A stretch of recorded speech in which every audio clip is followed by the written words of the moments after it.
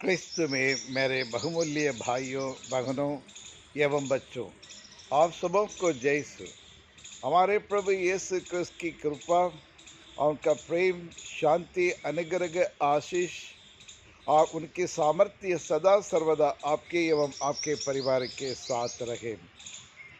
प्रिय विश्वासियों, आज माता कलसिया 40 काल का तीसरा रविवार मना रही है। जैसे आप जानते हैं, मैं जानता हूँ, ये 40 काल तैयारियों का काल है। यानी बदलाव लाने के लिए लगातार हम कोशिश कर रहे हैं। हम आध्यात्मिक रूप से अपने आप को तैयार करते हुए और एक पवित्र जीवन बिताने की कोशिश करते हैं। जब एक पवित्र जीवन बिताएंगे तभी हम आगामी पर्व यानी प्रभु यीशु का और पुनरुत्थान का पर्व योग्य रीति से मना सकते हैं। जी हाँ, क्रिस्त में प्यारे भाइयों और बहनों, और उसके लिए और हमें अच्छी तैयारी करने की ज़रूरत है। जी हाँ प्रिय विश्वासियों, और आज के तीनों पाठों को जो मूल सारांश है, हमें अपनी आध्यात्मिकता को प्रतीकों में, संगीत में और नहीं बल्कि एक न्यायपूर्ण समाज की स्थापना करने में खोजना चाहिए। अक्सर हम हमेशा ये जो रिचुअल्स जो हैं, वो रिचुअल्स को हम पालन करते हैं। ये परंपरा से चली आ रही रीति रिवाजों के अनुसार हम सब कुछ करते हैं। यानी हमारे प्रायर एक मैकेनिकल प्रायर जिससे बन गया है। रटा रटा और प्रार्थना को हम बोलते हैं, अपने होठों से बहुत प्रार्थना बोलते हैं, लेकिन दिल से हम उसको नहीं बोलते हैं। और बहुत सारी प्रार्थना करते हैं, ये नहीं कि कोई नहीं करता। हमें से हर एक व्यक्ति सुबह से लेकर कितनी बार हम प्रार्थना करते हैं, लेकिन क्या सचमुच दिल से, दिल की गहराई से, हृदय से वो प्रार्थना आती है? और यही एक सवाल है।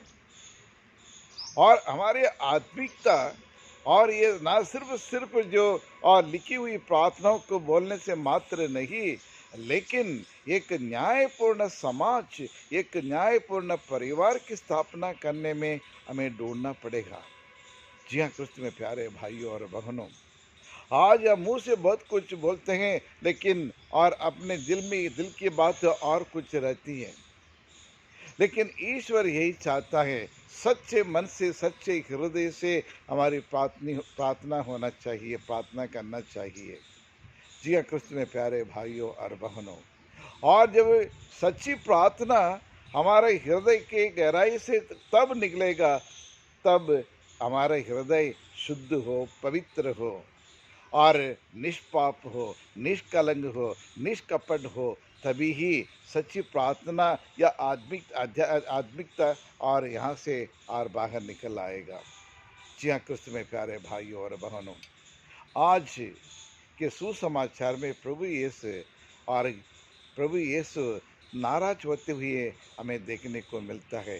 प्रभु दयालु परमेश्वर है, करुणामय परमेश्वर है, सदैव और क्षमा करने वाला परमेश्वर। लेकिन आज हम देख रहे, आज के सुसमाचार हम देखते हैं, जब यरूशलेम मंदिर में जाकर वहाँ रस्सियों की कोड़ा बनाकर और सब व्यापारियों को और उसको वहाँ से और निकाल रहे हैं।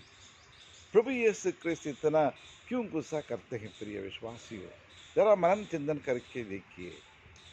यानी मंदिर, यरूशलेम मंदिर, समाधान का मंदिर, शांति का मंदिर, और वहाँ एक न्याय होने से वहाँ अन्याय होने लगा। वहाँ ये व्यापारी लोग, सदस्य लोग, धर्म गुरु लोग वहाँ एक व्यापार का स्थान बना दिया, मार्केट बना लिया। वहाँ खरीदना, बेचना, उसमें कमीशन खाना, कमीशन लेना, कमीशन देना है, और कम मूल्य की वस्तुओं को बढ़ा चढ़ा के 20 गुना बढ़ा के वो बेचने का सब काम ईश्वर के मंदिर में, यानी चर्च के अंदर ये सब हो रहा है। और इसलिए ईश्वर के मंदिर, ये प्रार्थना का भवन है, ये ईश्वर निवास करने का स्थान है मंदिर।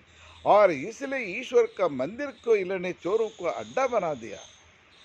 और मुंह से लंबी लंबी प्रार्थनाएं करते थे, बाजार में लंबी लंबी प्रार्थनाएं करते थे, और वे सिनगाग में जाके ईश्वर का प्रवचन करते थे, लेकिन और दिल से मन में कोई साफ नहीं थे। और ईश्वर के मंदिर को ने और वहां उन्हें they have polluted the temple of Jerusalem. और इसलिए वहां ये बाजार करने के, धंधा करने के, बिजनेस करने का जगह नहीं है। प्रिय विश्वासियों, इसलिए प्रभु यीशु क्रिस्त और नाराज होकर और उन सब व्यापारियों को वहां से उनको निकाल दिए। और दूसरा एक और कारण प्रभु यीशु वहां नाराज होने के एक और कारण है, और वहां जो जितने भी व्यापारी लोग थे वो गरीब लोगों को लूटते थे। गैर क्रिस्तीय लोग भी वहां प्रार्थना करने के लिए आते थे और उनको भी यही सिखाने लगे कि वह खरीद फरोख्त वहां चलने लगा, खरीदना बेचना और ये बिजनेस चलने लगा। और इसलिए प्रभु यीशु क्रिस्त उस अन्याय को देख नहीं पाते थे, क्योंकि गरीबों लाचारों के साथ ये लोग अन्याय करते थे और उनको धोखा देते थे। और इसलिए प्रभु यीशु क्रिस्त और इतने और गुस्से हुए थे। जी हाँ प्रिय विश्वासियों, लेकिन आज कलीसिया कैसा है? आज कलीसिया कैसी है?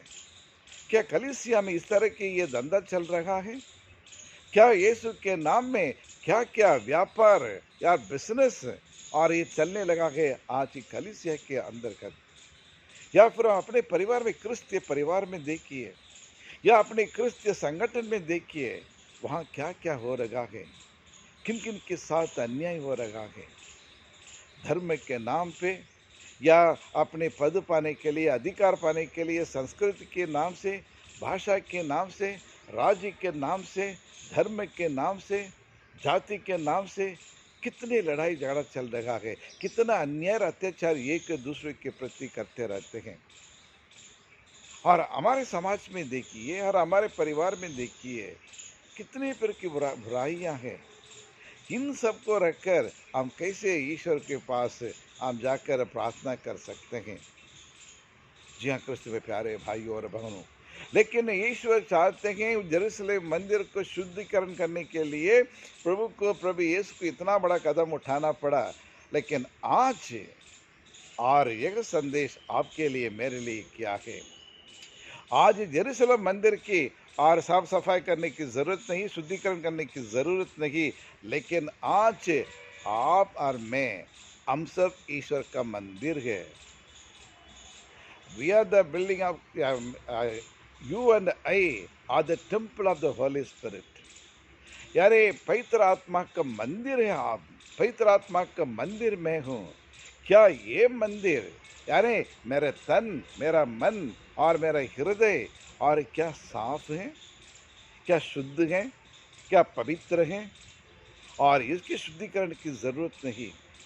आज इस पवित्र मंदिर के, पवित्र आत्मा का मंदिर जो हम कहते हैं हमारे शरीर को, और इसमें कितने सारे बुराइयां हैं और जलन, द्वेष, गुस्सा, क्रोध, नाराज और दुश्मनी और मनमुटाव और अनेक प्रकार की बुराइयों का अड्डा बन के आगे हमारा हृदय रूपी मंदिर में।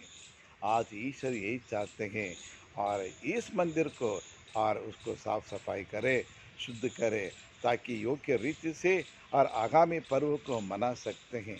सिर्फ चर्च को नहीं, और सच्चा और बदलाव और हमारे हृदय में मन परिवर्तन होना है, हृदय परिवर्तन होना है। हमारी सोच में, हमारे विचार में, रहन सहन में और हमारे व्यवहार में, हमारे रिश्तों में और ये बदलाव आना चाहिए, मन परिवर्तन होना चाहिए।